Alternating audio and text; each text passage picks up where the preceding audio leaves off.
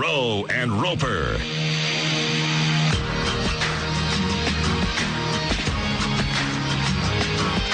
Who's gonna hear you cry when there's more of them than there are of you? Who's gonna hear you cry when the high winds come and it takes your breath? Who's gonna hear your voice when violent men wanna cut you down and the sun is gone and the dead of night is down?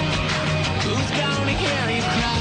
You know, I've had a lot of Chicago police superintendents sitting in the studio with me in this exact chair. I've never had one that was quite like Jennifer Beals. I can say that right now. I know Jody Weiss turned a nice figure. He was all right. He was cute, but he was no Jennifer Beals. I enjoyed the cut of his jib, as they never have said. Well, Jennifer, welcome home. Welcome to our lair here. And I know we got a lot of different stuff to talk about here. I do want to. Are you shooting? Is there additional stuff that they're shooting for Chicago Code? No, we finished. You're done. Finished filming in December. Yeah, because the city looks great in the show, doesn't it? Yes, it does. It's an amazing. They've done a great job. Yeah, it's so cool. Well, that's one of the cool things about it. You know, you found different ways to showcase Chicago. And as much as I loved ER, the truth is, you know, Clooney would blow into town for a couple of weeks, walk down Wacker, which somehow would lead to LaSalle in the wrong spot. He's going the wrong way, and then they'd go to the hospital, and then he'd go back to his fancy villa. But this has got this feeling that you could tell it's of Chicago. Yeah, because the L train is in the background whenever we can. And I noticed that and we'll get to the Dalai Lama situation here in a second, because I know that you want to talk about it. He's coming to Chicago, yes. Right? He's going to be here in July. Right. Tim Boyd is with us from the Theosophical Society of America. See, I got that right on the first. See how good it was? Working that around. And when the Dalai Lama gets here, I know that you're involved in that, but I do want to ask you this question, because I've been troubled by this since day one. You're born and raised in Chicago, right? Mm-hmm. And you went to school here, you went to high school here, and they're working with you on it. They're trying to always mess around with your accent on Chicago Code. Why? You're from here. What difference does it make? Well, because if you've noticed, Chicago has so many different dialects.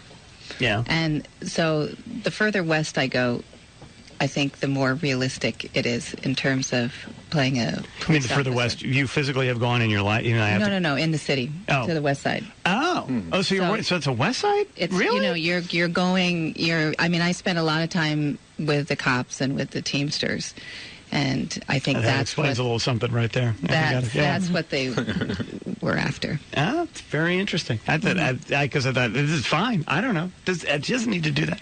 It's all good. And you're a little fixated on that. I am. Well, I love that show. I've become so crazy about that show, almost obsessed with it. It's we had Sean Ryan on a couple weeks ago to talk about it. Mm-hmm. Lucas Marks is a friend of the show. He was, he's in the. He had a song in one of the shows, so I'm just very excited about it, and so now I'm picking apart every part, like with a surfer. I'm almost like at Comic-Con, I should be going up to you and asking, why in the fourth Superman did you not do this? It's so stupid. I had to talk him out of wearing a uniform today for the broadcast, and I said, don't come in costume, Ro. All right. So the Dalai Lama is coming to Chicago. What part of this do you have here? Well, I heard he was coming into town, and I wanted to volunteer. Because it takes a lot of people to put on an event of this size and scope.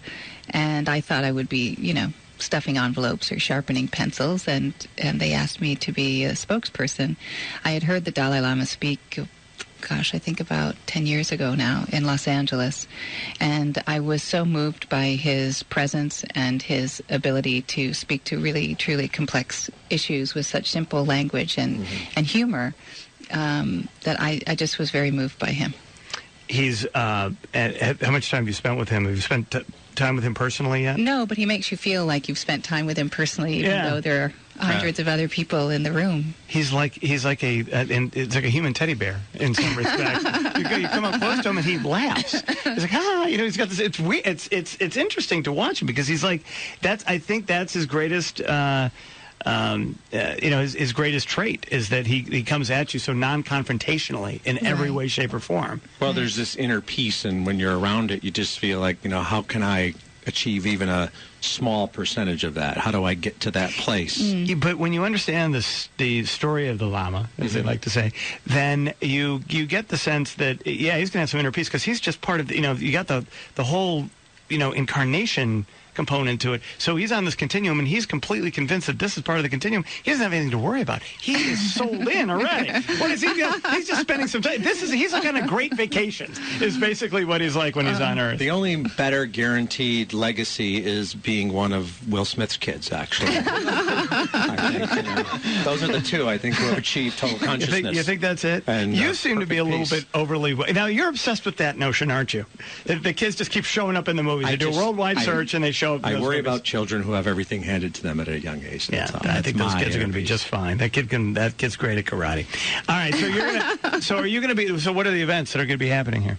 Well, there are going to be two different events. The first one is on July 17th. It'll be a public talk that the Dalai Lama is giving on bridging the faith divide. And he'll be expounding on ideas that he puts forth in his newest book, which is toward a true kinship of faiths. And that will be at 1:30 at the UIC Pavilion, again on July 17th.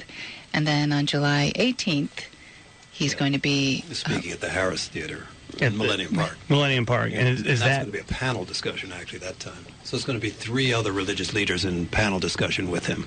Mm-hmm. And religious leader from Chicago or the world, or who we're targeting what you'd call the Abrahamic faiths. So that's Judaism, Islam, and Christianity. So it's Rabbi Michael Lerner, Dr. Ingrid Mattson, who is a Muslim, former president of the Islamic Society of North America, female too, and from Canada, which is sort of odd in terms of most people's thinking about. Not your profile, not your standard profile. Well, in fact, it is, because most people are not from the Middle East who are Muslims. But then also you have Reverend Peg Chamberlain from Minnesota. And is he going to work this whole thing out by the end of this program? Will we have finally found a balance and worked everything out? Because if there's one guy who can pull it off, it's the Lama, I would imagine. If you haven't by the end of that program, then by the end of the next one, the second day, I'm sure we will. Now, what's open to the public here and what's not? Or is it everything open to the public? All of it. Yes. And are these ticketed events like the one at the Harris? These are all ticketed events. They're both ticketed events. You can go to DalaiLamaChicago.com for ticket information. Okay. I wonder if the Lama had to battle somebody for that domain name. Like somebody else grabbed it. It's going to cost you. All right. No, it's not. I'm going to give you inner peace and total consciousness. All right, that's good. That's good enough for me. Well, that'd be very. He is when he arrives somewhere. It's very special. It's a very special thing. It is a happening. He's got a very devout following, but it's interesting because he gets people from other faiths. These people that are not necessarily, they're not his followers, but they are just want to hear what he has to say. Well, I think partially because one of his core teachings is about compassion, and I think that's where so many faiths and non-faith-based belief systems converge, is on the notion of compassion. So I think people are drawn to his message from so many different faiths. Yeah, he is something. And again, you get close enough to him, he will laugh. So you don't have to touch him. He must have been. I think that's why they decided that he was the reincarnation, because when the baby laughed the minute they touched him, this has got to be the guy right here. That's just when you're approaching him and he knows what's in store for you. If only you knew, Roe Conn. He doesn't live in Tibet, right? Because he can't. Occupied by the Chinese since 1959, so he left, and he's in Dharamsala, which is northern India. That's where he makes his headquarters. And so he lives there and travels from there. Yeah. Right. And I know, and that's another, the Tibetan issue, this is an amazing moment here too, because you've got two different things going on. You've got a lot of people, especially people in America. There's a lot of very wealthy people in America, powerful people in America, that are very much concerned about Tibetan freedom, and yet these are people whose businesses are also doing business with China, and they're caught in that world of trying to figure out which side to be on, whether the mercantile side in China or the philosophical and the humanist side for Tibet. And it's very complex, but yet the Dalai Lama seems to be okay. He's trying to work that whole thing out. Mm-hmm. Where does that stand right now? Well, that's something that obviously is going to be ongoing. From the Chinese perspective, the Dalai Lama is persona non grata, and the work that he's doing on behalf of Tibetans is not exactly something that is supported, it's opposed. But he's he's continued that. He always makes that a focus of things that he's doing, but he broadens it too, because really what he's talking about is humanity in general. So I think that's the way that he's been able to bridge a lot of these different faith groups and interest groups. The fact that he is clearly interested and motivated by preserving Tibetan culture and heritage, but also he's interested in bringing all of the different world's faiths and the various sorts of divisions together. So he's an unusual person in that respect.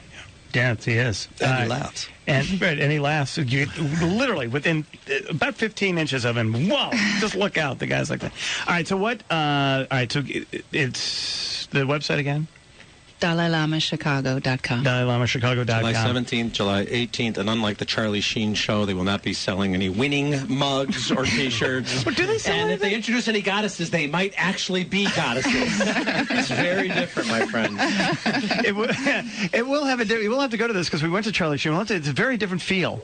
It would be a very different thing. Do they sell stuff? Do they sell? Are there like Dalai Lama coffee mugs and stuff? Some T-shirts, Merchandise?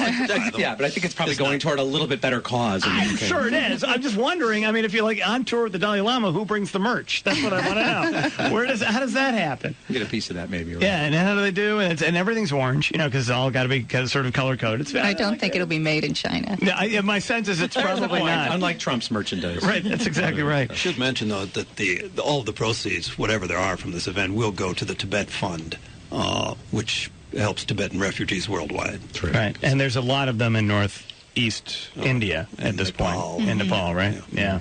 All right, well, thank you very much for being here. And what's next? Do you have any, now that Chicago Code's a little bit in hiatus here, is there something else that we're working on? Well, I'm working on developing a couple of projects right now, and I'm in a bit of a holding pattern over a couple of films. But, Yeah, that's how that goes in Hollywood, isn't just it? enjoying my family, enjoying the city, and I think serving His Holiness is a really good occupation. That's a good part. Whenever you say that, because when I say things like serving holiness, that kind of thing happens, and all of a sudden the clouds open up. I feel a little, like electric, like I'm being zapped. That's not so good. So, well, thank you for doing that. Well, It's my honor. My Jennifer pleasure. Beals doing God's work. See what's going on? That's what's happening. All right. Well, congratulations on Chicago Code, and we'll see what happens. We don't know about next season yet, so we hope to see it back on Fox next season, or maybe even FX. You never know. You never know what can happen there. And DalaiLamaChicago.com is the website. Tim, thanks very much for being here as well. Appreciate it so much.